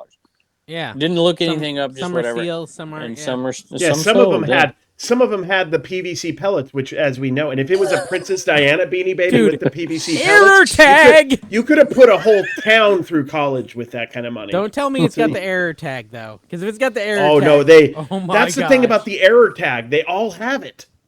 That's why Mike, all so valuable. Do you expand into toys and so, or do you stay pretty niched down up there? No, I'm an everything seller because, like I said, I do all the garage sales. You know, I have a base of electronics because I have my own personal stock on it, and I have like this little arrangement with a couple other AV tech guys. See, now there's the ticket. Supply me with inventory because they're pulling stuff out and replacing it, and they're giving you stuff, and you know it's good because they've worked, whatever. Exactly. That's the ticket. Yeah. Whole hut of supplies that you can delve into. And like some high end stuff. I mean, I sold a receiver last week for like $1,000. Now, this is something that came to me for free, and the way I work it is that you should have paid more. You should. That is true. No, I get. I'm just kidding. I'll get roasted in the comments. But so like guy will supply me with this. His responsibility is supplying the goods and then being patient when it gets sold, and my responsibility is putting it up, packaging it, sending it out, and then once it sells. My net is about 60%. Right, my costs are about 40. So like for that $1,000 sale, we ended up netting $600. So I split that down the middle. Wow, $300 and he made $300 But it's a win-win, and you can't lose, and you don't have to use Dave's sourcing budget because you didn't source it. No, it's all free stuff. Can't lose. And I have that arrangement with 4 people now. Wow. Nice. They bring me various levels of stuff. Are any of them in the mob? Oh, we're all in the mob. My name's Camparelli. Are you in the mob? Can you say? Blink twice. All right, so we got a question over on the Patreon from Brad, Black Sheep Society. He said, what is your go-to Christmas treat and beverage? Christmas is coming, guys. What is your go-to Christmas treat and or beverage? I'm sure Kevin's is full of alcohol. Whatever it is. Oh, yeah, whatever he's drinking right now. Today, I'll tell you what I love. I love He's like a little homemade Butterfinger bars that my mother makes that came from my grandmother and whatever. I love those. But I love Martinelli's sparkling cider. Me and my daughter, every time I walk into Walmart, I grab 2 bottles. We love it. I love it. If you guys followed my other YouTube, which is Carrie's Summer Sausage, you would know that I eat a full summer sausage every day of December. Do you just like gnaw on it, or do you cut it? No, I just eat it one sitting, and then I have dinner afterwards. I do like summer sausage, actually, but I don't eat it that much. Do you have a Christmas food, Mike? Something you eat every Christmas time? Yeah, pasta. I mean, regardless of that season, It's pasta. I'm Italian. I just love pasta. Yeah. But I guess we took you to an Italian place, or you took us to an Italian place, I should say. Yeah. No, Kevin, was that the one where Mike wouldn't stop eating all the dang bread? Did you get any bread at that? Because I didn't get any bread down on my end. Dude, but on your end, Mike, I think you got some. We had plenty of bread down on our end. Mike had like a half a loaf in his pocket when he left. Deathpile? Deathpile. He loved that bread, allegedly. I'm trying to think. I'm really struggling with like Christmas and food. It's just not. I don't know. It's one of those holidays like where I love anything peppermint. I like peppermint. Chex Mix is common, but it's like not the really Muddy one Buddy that we thing. did. The Chex Mix with the Muddy, those are good. Yeah. What about Werther's Originals? Have you ever tried any of the different Tina flavors of loves- Werther's Tina Originals, loves Kevin? Werther's, yeah. Tell you what I don't like is candy canes. They're terrible. I like peppermint. Does anybody eat candy canes? I don't It's like think fruit. so. Fruit. You remember the It's movie like- Joyride where the semi-truck driver is chasing after some girl to kill her and her name is Candy Cane? Except it's really a guy pretending to be Candy Cane and then the guy's going to serial... Anyways, that was an interesting movie. Best sale of the Candy week. Cane. Wait, no, I was not done. I I don't didn't have get my to best answer the sale. question. I know. Are we I was still trying on to that get you segment? off the Have we just been meandering this whole time? No, what is your favorite Christmas song? Everyone's asking Christmas questions, probably because I prompted Favorite them song? to. Says the quirky. Mine Picker isn't really Chad. a Christmas song. It's a winter song. I like Marshmallow World in the winter, but I like a specific one with Sinatra. Wait, what is that? Is that techno? And Dean Martin and Oh, Sinatra. something from when you were Marshmallow like a young World. adult. Oh, wow. In the When you were in your That's good. 20s. Hey. I also like the Hawaii Meliki Liki Maka. That's a good one. Maybe it's cold That's outside. from, How about you, Mike? I like Vacation. John Lennon's Christmas. Ah, Really? This is Christmas. This is Christmas. This is Christmas. There you go. And Or the a George Happy Michael New one. Year. The George Michael one. What's the George Michael Another one? year older. Last something. Christmas. Last Christmas. Carrie, what's yours? What's your Christmas song of choice? I'm thinking about it. I'm pondering. Mine is You don't Alvin. know? Mine is Alvin and the Chipmunks. Yeah. And There you go. that's the best. Where Dad's yelling at him. That's Yep. Alvin. I like. And then Grandma got run over by a reindeer. I sing that to my mom That's a every year. good I As like. I'm pushing her in front of a car. I like "Backdoor Santa" by Bon Jovi. That's a real song. I'm not even joking. It says it. That's funny. It's a real song. Okay, Pickin' Hoosier had a reselling question, and it was what sells after Christmas? So what should we be focused on selling after Christmas? Obviously, our Christmas stuff was slow, but not fully. But what is it people in January? Diet stuff, exercise equipment, that sort of stuff. Yeah. Weights. If you guys have any fin and legally can sell it, it's the time. What is fin? Is that like Ozempic? It sounds bad. Hey, You don't Carrie, remember I what sold some fin is? Rogaine. It's selling a bad drug. Ozempic Don't on take my it. YouTube. Don't take it. In the Okay. 90s, if you knew, you knew. I I sold some remember Rogaine, Federin. Carrie. You sold some Rogaine. I just checked to see if it wasn't going to Florida and going to Carrie. It was not, but I sold some Rogaine. That was good. Do you know? I mean, isn't that the start of spring?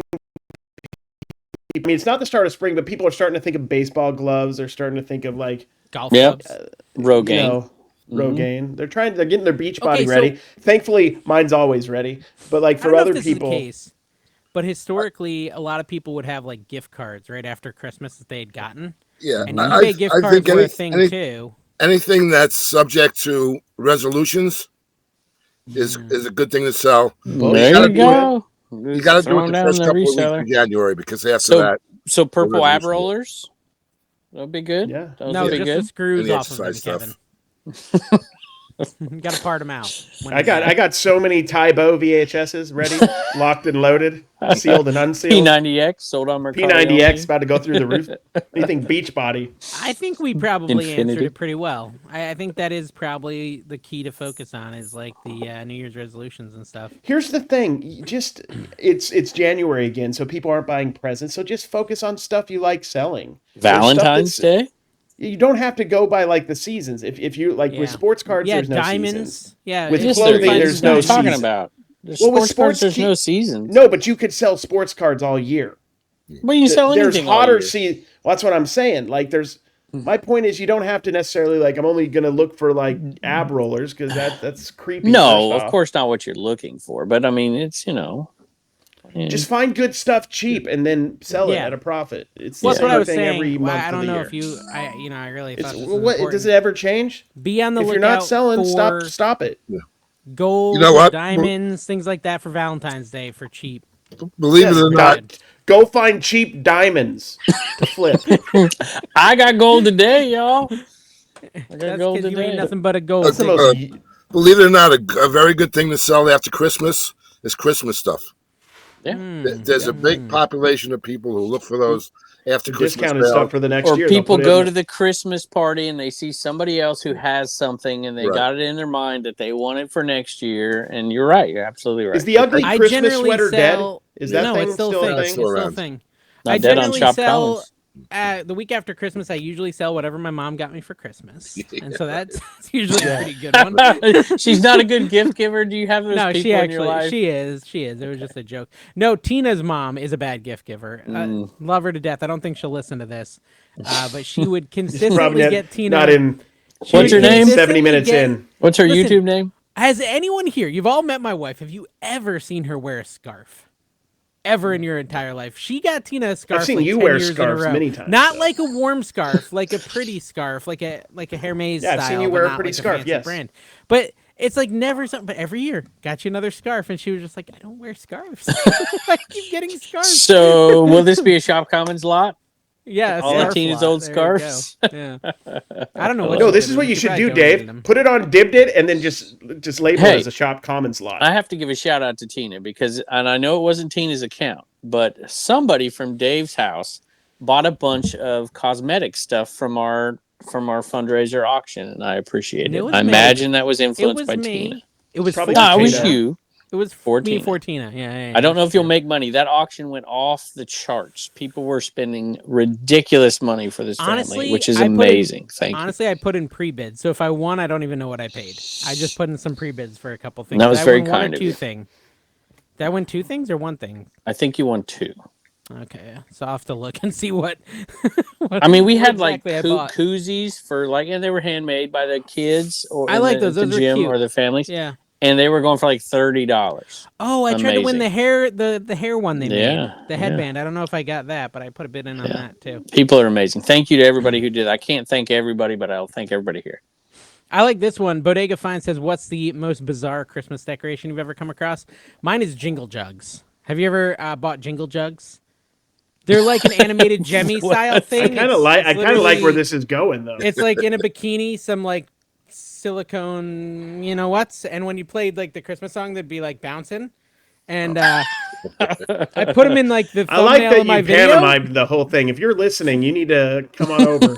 I put them in the thumbnail of my YouTube video because I found them in 2020. Put them in the thumbnail of the video, and then YouTube removed the thumbnail. They removed the thumbnail, but they sold for like $80. They're good. They're bolo. I think Ben just sold some too, right? Didn't he, Mike? Yeah. That sound familiar to you? Yeah. Ben also. He has to say yes because he's an ambassador. I'm contractually obligated. Thank you, Mike. You say yes when I tell you to say yes, Mike. Mike, are you watching that podcast 200 times a week? Yeah, they have 200 views. He just watches the one he appeared on 200 times. Over and over? At least 20. Were you offended by the fact that Dave set up this whole 127 thing and then didn't show up and then didn't tell people where we were going to be for the people who did show up? No. That was such classic Dave, and I'll tell you a little inside baseball on that. The guys really bought the joke. They all thought that, Carrie kept on saying, "We'll see you in Crossville. We'll see you in Crossville." Yeah. So up until the 127, they were all convinced that you guys were going to show up in Crossville. And they said, "Look, I know these dudes. They ain't coming. They're liars. They're horrible people. They will not be here." I know these guys. I love this. Yeah. These guys, you don't know. Use guys. Oh, yeah. There we go. Look at the chameleon changing his accent yet again. I have never seen a question from Leanne Moraine Fawcett before, but she put a question on the Patreon. She said, "Do y'all have any interesting Christmas traditions? Also, what do you do with all your Christmas items after Christmas if they don't sell?" Nothing. Keep them listed and delist them in October, relist them again, or sell similar and let them roll. I have one, but all year. Somebody else got one. Mike, you got a tradition? Not particularly. Just move on. You don't do like the feats of strength from Seinfeld or the poll or the airing of grievances? Hey, this reminds me of something I talk about every. Well, you know what? I'll leave the sappy stuff for my Flipper channel. So yeah, please do. Please. Please don't make us. So our tradition growing up was, it's not a weird tradition, but we'd always go get pizza on Christmas Eve. I know, Carrie, isn't you would go see movies on Christmas Day, right? That was me too. Yeah, we go to several, like me and Don go to several movies every Christmas. And, I think that's where I saw Gremlins on Christmas. Then if I remember right, as a child, I would yell because I didn't like the presents I got, and then they just give me cash. Yeah. Well, and you used to hit your mom too. Whoa. It was my dad I hit. Carrie's okay with it. We have a tradition now that my wife started because Turner just loves the Grinch and always has. He loves all the Grinches, all the different ones. Jim Carrey one's his least favorite, but we have a Grinch party. We have a Grinch. No, the new one's better than that. We have a Grinch party. She makes green punch. She has green Rice Krispie treats. She does grapes. She does, it's really, really Have good. you seen the trend right now in short form? People are having someone they know dress up like the Grinch. Oh, I saw that during with the kids a Christmas party. Their presents. Steal the presents. You need to hire someone for the Grinch party to come in, steal Turner's presents from under the tree, and then leave. Turner's a little old for that. I don't think he would be like quite effective. But if he loves the Grinch, he would enjoy it. He would enjoy it. Yeah, those are some funny videos. Not as funny as the video I got sent to me today by somebody in this podcast, though. That was interesting. Is it too soon to talk about how Kevin's walls are going to kind of look like the Grinch's fur after a couple months with all the mold? It's dried out, dude. $5,000 from flooding his house. It is from dried out. 100%. I did get the books out of $5,000. Is that what you said? Yeah, $5,000. Well, I only have to pay $1,000 of that. That's my deductible. But $5,000. Did you at least use Afterpay for the what do they call it? Mitigation. Me and Carrie would have used Afterpay. Exactly. Then it's 100 easy payments of $10. I'll be out maybe a couple grand when it's all said and done. So that's not bad considering what has to be redone. Do you consider that karma? We made that ticks me off. I hate those karma commenters all the time. Oh, karma's sorry. If you hadn't lowballed people, your floor wouldn't have flooded. Yeah, it's exactly people right. Who probably think that stuff. No, seriously. And you see all these people with wonderful lives and they're terrible people. And there's I'll give you a little biblical stuff here. The rain falls on the just and the unjust alike. This family who unless just lost you have their a roof. father if you have is a roof, an amazing family. Don't give me karma crap. All right, whatever. Have you ever seen My Name is Earl? We talked about that last week. That's a great show. Someone asked, and I was hoping someone would ask this question so I didn't have to, and we may have talked about it in previous years, but it's a new year. What is your favorite Christmas movie? This person, Path Girl, said, mine is Grumpy Cat's Worst Christmas Ever with Audrey Plaza as the voice of Grumpy Cat. I've never seen it. Audrey Plaza what is funny. yours? What about, I want to know Mike's, because he'll probably go back old school on us. Yeah, as wimpy as it sounds, I'll have to admit it's a Wonderful Life. Favorite Christmas movie is A Wonderful Life. Wonderful Life. Yeah. Yep. Kevin's favorite Christmas movie was when he was just hanging out by the manger and saw it live. I mean, Home listen, Alone 2 the best movie, the best 2. Christmas movie for every reseller should be obviously Jingle All the Way. Because it's the one that focuses on reselling and flipping douchebags and we should do top Christmas movies, and then nobody will watch probably. My favorite. Jingle All the Way is my favorite. This is tough. I love Gremlins, y'all. Gremlins. Is that Christmas though? It's good. Yeah, it's Christmas. Some would say Die like Hard. two. I got two. It. Can I say them? Do you remember Prancer from the 80s? Mm-hmm. I do remember that. Yeah, that's a deep cut. I watch that every year. Every year I would watch that. Yogi's First Christmas, Santa and the Two Bears. I don't remember. Three Bears. What am I talking about? That might have been. That's one from Kevin's X-rated selection. Santa and the Two Bears. Three Bears. Santa's helpers. And then Dawn loves what is it? The Emmett Otter's junk band Christmas. No, Sonny, where are you at, dude? Potatoes. We like potatoes. Mike, can you? This question. Since I have you on here, and you've been to all these events, and I've been to a lot of them with you, can you confirm that there is no such thing as swinging in Commonwealth? But can you make sure we put that to bed forever? Have you seen any? That's a weird way to put it. Go ahead. Yeah, I haven't seen any. There's a lot of. I've not seen anything, but I'm not around all. How do we know that Mike's just not Kevin's type? Speaking of swinging, has anybody got these random phone calls from Philly Flipper just on a Saturday or Friday morning out picking, and he's calling people and doing FaceTime with people he introduces to you and whatever? I was on the phone today quite a while with. Every time he's out and somebody mentions Commonwealth Picker, he calls me and puts me on FaceTime with him every single time. Why don't you just? I would stop answering really fast if he did that. I can't not answer a phone call unless it's from Deathpile. You never answer when I call you. I rarely answer. I think you've answered like 50% of my phone calls. I don't call that much, to be fair. Guys, fair. Here's Kevin's number. Let's see if he answers for you. Yeah. Let's see. 8675309. He's one of the few. He has my phone number. We texted last night. You know. Who? Camporelli. Oh. Okay, listen. I trust him. Talk about. Yeah, what did you I thanked him for his generosity, which I do often. Listen, Rod asked a question that kind of like, it hurts a little, but it's not a bad thing. He says, will Santa bring the cooking daddy 100,000 subs before the end of the year? I don't think so. No. but it would have been nice. It was a dream, but it's not. It'll happen, dude. It'll happen YouTube's eventually. done political season, Christmas season. Yeah, it's just not. It's always like this. Always. One more, Mike. Interrupt, What Mike. Is your favorite? I tried. Well, this is the last question. You gotta fight through it. Since Mike. when are we so worried about the questions? Favorite Christmas gift as a child? Okay, Mike, you can say your thing first, then we'll come back to the question. No, while we're on the topic of Rod, I just wanted to take a minute just to shout out Rod. And I spoke to him on the phone today, and I complimented him on this as well. Rod pretty much was responsible for me starting this channel. Nope, I'm taking responsibility. Sorry. A couple of months ago. Well, we'll see if that's a good thing or a bad thing.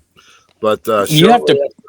After I made an appearance, he called me up to congratulate me, tell me I did a good job, and all this stuff and everything. And he said, like everyone else has been encouraging me to start a channel. But he was on the phone with me for like 45 minutes and really seriously and sincerely pitching me to start a channel.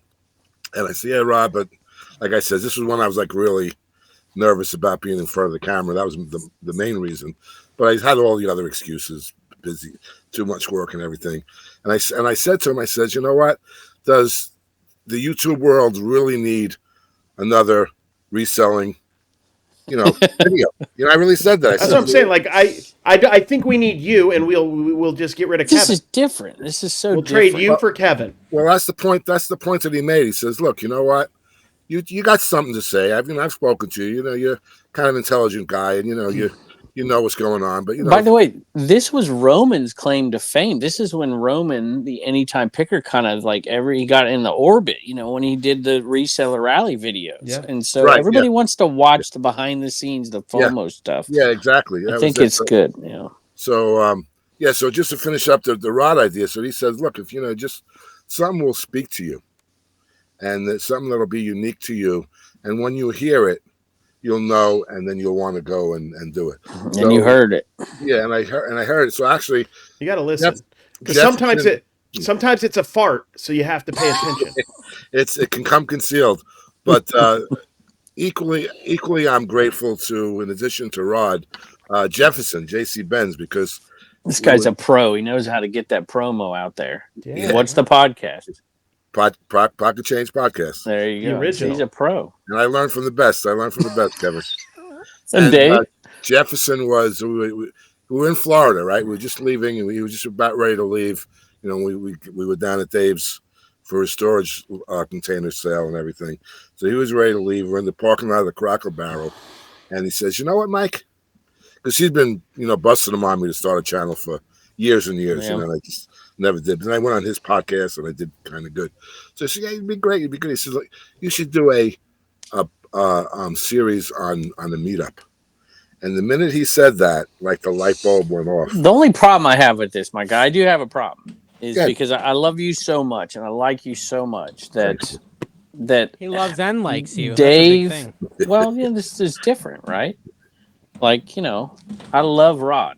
Like him, Mike, like him, different. Kevin loves Rod, folks. Rod's an awesome guy, man. He will thank you. He will call you up. He will take your time just to thank you. Not call you and ask you for something else, or just absolutely. thank you. He's he just man. calls me to ask for stuff. Maybe that's our relationship. Although he didn't pick up a phone call. It's the Rod's first time he's ever not answered it. What is your issue with Mike's channel? Get to the point. My issue with Mike's channel is that Dave wants to do these meetups and things, and he's always trying to drag me into it. And if he says something about Mike, that's how he did it last time. He's like, Camparelli's coming. You got to come. We got to do this. You're going to do this because Camparelli's coming. Dude, and then I'm like, Mass. We're going to be there this summer, bro. See? That's, I'll admit, I'm definitely going to apply some undue pressure to get what I want, right? Which he's already done. He's done that with use your mob ties for good. Exactly. Yeah. Disgruntled Octopus is not alone in the quest for world domination. I want world domination. Exactly. Yeah, he's my favorite octopus-based reseller. Now he used to support the channel at the high level. I believe the Wealthy as a Kevin. Now, Mike, we're going to test you. We need to shout out our Wealthy as a Kevin members on the Patreon. It's not fair. Three of them, if you can name three of them, Kevin will reveal to you in the after show his quantity of nipples. The real quantity. Should I start with deceased members? More than you think. Yeah, start with the deceased members. Okay, that would be Logan Murphy. That's right. That's number one. We miss you, Logan. Whose merch? Paul's merch, baby. Paul's merch. Look at this guy. Which leads to a Facebook page that promotes his eBay. He said Biggs Collectibles. I'm a wealthy as a love Kevin, you, Paul. apparently. We love you, Paul. Dawn. Yeah, he's got 4. I know that chick. Now look, let me tell you something.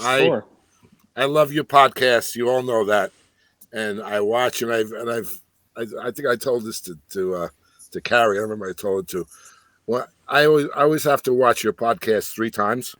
Okay. Every one, because I watch one just for like the basic, see what's going on. Reseller knowledge, yes. Right. Yeah. Well, as much of that's available to learn. Yeah. But also, quick watch. One to grow. You guys are always stepping on each other, but you know what? It's it's gold. The little chatter is gold. So if you just watch the Trash the Cash podcast once, you're doing yourself a disservice. And you don't need to watch anything else, right? Yeah. So I watch nothing else. So I watch your episode once, just like a full, for the first, the full blow effect full of Monty. it all. Yeah. And then I'll watch once and just listen to Carrie. Just catch all the Carrie jabs. Yeah, Carrie's got a good one. I'll watch it. The felonious monk of this podcast. Yeah. Now, unfortunately, I don't have to watch it another time to hear Kevin, because Kevin doesn't really get a word in edgewise. I've been doing better. Hold on. Mike was shouting out our Patreon members. He shut it up by Dave right Mike was shouting out our Patreon members. Mike, did you run out of them? Is that why you're kind of sidelining the conversation? The tomato, Harry Tornado comments. It's been a while. Is he still paying us? He's not paying us. We don't say his name anymore. Golfing at storage units or whatever. The Comfy's the best thing I've ever bought, Harry Tornado. There you go. Mike, there's 2 that you must get. Biggs Collectibles? He's not even one of them. There's 2 that you must get. Shout them out every week, anyway. You've talked about both these people in the show already. One is your personal friend. Oh, Jefferson. He has a podcast, yes. And who was a guest on his show that's right now on this show? He said him. Oh, he said him. I didn't hear him say him. Okay, yeah. Mike Camparelli is the other one I thought you had to get. That was he got the Mike minimum. Camparelli. All right, Race Heck Resell, Vintage Sports Flip, Superhero Headquarters, Brian Sempor, Beal, No-Nos Pickers, Flipper Skipper, Jake Ryder, which would be our friend who J Ride Flips right now, destroying the DI. Buffing this stuff. Who ate my chips? Alexandria Pickers, Gem Flipper, and I Love Vintage. New York is Dave City. Soiled Undies still around? No. That's the other Flipper. R.I.P. Anyways, yeah, thank you guys for your support Dave on the Soiled Patreon. Undies. My favorite Christmas gift ever was the VR Boy. How about you guys? Ooh, that's pretty good. So that was I'm going to go with a California Angels satin jacket. You know those old satin jackets? I love that. That was my favorite. That's pretty cool. I got rid of my VR Boy about 3 weeks later because it gave me horrible headaches. I got a lot of sports cards as a kid. I got a lot of valuable ones looking back, but I think maybe the Game Boy. I got a Game Boy in 89, 90, right around there. Perfect time for a Game Boy. It was pretty awesome. Mike, what about you? Rector set. Rectum set? I'm old. No, erector, Carrie. Erection. Which erector set? So those aren't bolos, right? Like we don't buy those as resellers, erector sets. Some of them are really good. I buy them whenever I can find them, only for nostalgic purposes, and then I just die with them.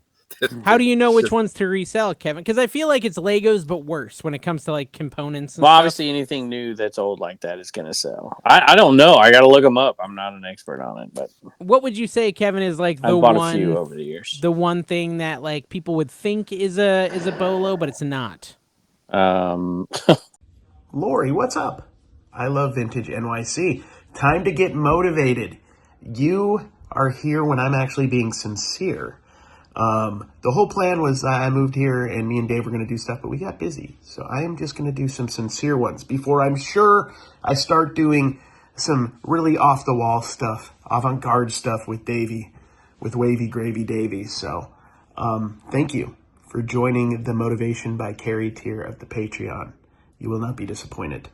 This is something I wanted to talk about. I don't think I talked about this in a different video. But I was listening to like some guru guy, and he was talking about our personalities are basically constipation. Now that sounds kind of par for the course for, trash to cash. But what our personalities are basically things that we don't want, right? Like, I don't like this. I do like that. I don't like this. I do like that. It's us fighting against the flow, the current of life. So if we're going to be doing anything in life for a job, we should be happy and go with the flow and accept Dawn singing in the background. She's happy. Go with the flow of life. Do the things that make you happy. Sell the stuff that you enjoy. And, we need to make money. We need to make this a life for ourselves, whether it's part-time or full-time. But there's no reason why we can't just go with the flow. Enjoy the journey and see where it takes us. Lori, you got this. So you started your channel, Mike. Congratulations, man. That is the hardest part of content creation, is starting.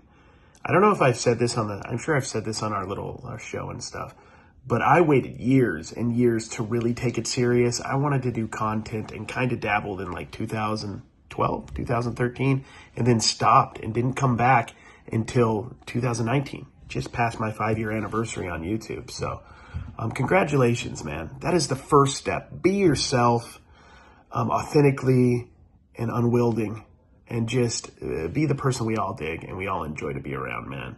And be consistent. You can make this whatever you want it to be. You can make it something that makes you money, which probably isn't that important, or you could just make it something that you can do to express yourself, which we all, in some way, shape, or form, want to be doing. So congratulations, man. You are going to do great. Just be consistent, and when you feel the need to express yourself in video, make a video.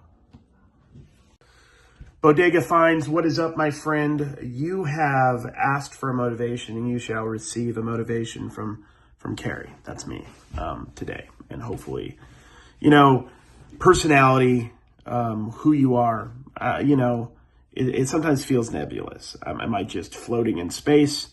What am I? Who am I? Why am I here? Why are we here? I'm here to motivate you right now on Patreon, which if you tried to explain this to like pioneer people 150 years ago, they'd be really confused. I feel like they'd be really confused. They'd be like, there's a transcontinental railroad? What? But anyway, you can use that transcontinental railroad to buy and sell stuff. Commerce, my friend. And that's what the game we're in. We're in buying and selling and reselling. And I hope you're as passionate about this as I am. As much as I joke about it in the podcast, I really love flipping stuff. This is my life. This is what I love. I love making content about it. It's twofold. But if you are passionate about this, it makes it so much easier. And I assume that you are. Just spend your energy. This is my advice to you, and something that I've done definitely in the last 12 years of reselling, 13 years of reselling. I've focused in a majority of my effort to what I really, really like within reselling, which is sports cards. It's obvious I like and love sports cards. I still will pick up some action figures. I may pick up an obvious piece of electronics as long as it's not too hard to test. But I feel like as you grow, you can niche down more and more. Kevin's even talked about this. I was watching him on a podcast. He's trying to sell his shop commons to everybody, guys. I'm sorry you got to hear that. But niching down can really be beneficial to grow and just really accelerate your reselling game.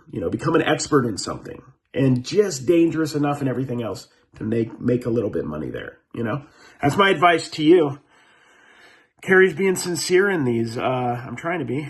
I thought it would be kind of a change of pace. Hopefully it's not too off-putting. It's hard to be a reseller sometimes. Paul from paulsmerch.com. I get it. I've been doing this for a long time. I understand better than most, the constant up and down of, slow sales, and then, things go well. And then, if you ever take a moment off sometimes when you're a reseller, sales can slow back down. So here's my advice for you as a reseller, is just enjoy the process. That's what this is all about. I don't know what the end goal is for you or me as resellers, wherever we're going to end up, but ultimately, we're doing something we love, man. We're doing something we super, super enjoy. I hope, at least. I know I am. I really enjoy, picking, finding stuff. Love my sports cards. Like making content. And I hope you're happy doing what you're doing right now as well. We're all capable of doing this and making it as big and as special or as small and precise as we want it to be. I know you can do it, and I wish you the best of luck, my friend. Let's get serious, Don. You're not watching this. You haven't watched the podcast in a long time, a couple years. I could motivate you through this video that you're never going to see. Other people are going to see it. They're not going to feel motivated by it, I don't think, because it's going to be specific to your case, which is you're doing great. Keep it up, please. We need it. But yeah, things are great here in Florida. We're gonna do this thing onward and upward, and you're doing a great job. Remember, a wise person once said, you got to do you to the best of your ability. Therefore, I am. Humphrey Bogart. What's up, Jake? What's up, J-Ride? How are you doing? How are you enjoying Northern Utah, my old stomping grounds? Here's my motivation to you. Go to Osborne to Thrift. He did an Instagram post just like yesterday or today. I think it was today. And his 90 day. That's the DI promised land kind of possibilities that you have out there. In Northern Utah, you just had the one shop in St. George. You got a ton of stores up there. So look at his post, get pumped up, because you're in the promised land, dude, as far as thrift stores go. Here in Florida, we've got alligators, copious amounts of alligators. We've got Publix, great wraps. Actually, you know what? I'm really into Wawa. It's Rod, Picking and Punching, introduced me to Wawa, and I've gone there 6 times in the last 5 days. So there's that. They don't have a Wawa there, so that's not going to motivate you, but go to Maverick. It's kind of like Wawa Light. It's like Adventure Wawa for my West Coasters. But just go get the stuff, man. Go get the stuff if that's what you want to do, or start your finance channel. Whatever you do and you focus on, you're going to have success in, my man. So focus, laser-like precision. The stuff that I can't concentrate and do, you can do. So onward and upwards. What's up, Jim Flippers? How you doing, man? I'm looking at your channel here. A couple things I'm noticing.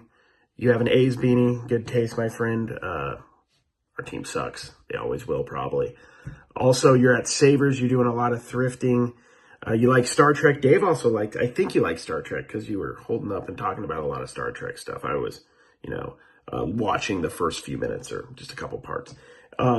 Dave likes that stuff. Nerd stuff. I respect it. Savers sucks, dude. Being out here in Florida, honestly, has made me dislike thrift stores even more. And it's funny because I cut my teeth a lot with my content in thrift stores, and it's just the prices. I like picking. I like finding stuff to flip. It's just the prices, as I could tell in your last Savers video, were absurd, annoying, preposterous. There's a panoply of terrible choices there. Are you doing, here's my motivation. Are you doing flea markets? Are you doing garage sales? Actually, you really probably can't this time of year unless you're down south. Estate sales. One thing I used to love a lot, and I don't know if they have it in this area where you're at, wherever you are, go to live auctions if you can, dude. I used to love, like every week, I'd go to a couple a week. I had my own live auction back in the day. Go check those out. That might be something as a place where you can get like an abundance of stuff inexpensively. But man, keep up the content. The video quality is really good. It seems like you know what you're doing. It's just sometimes just the law of averages. You keep producing something until something hits, and then you can go from there. But I wish you luck, man. You can set your mind to this. You can make things happen. It's wild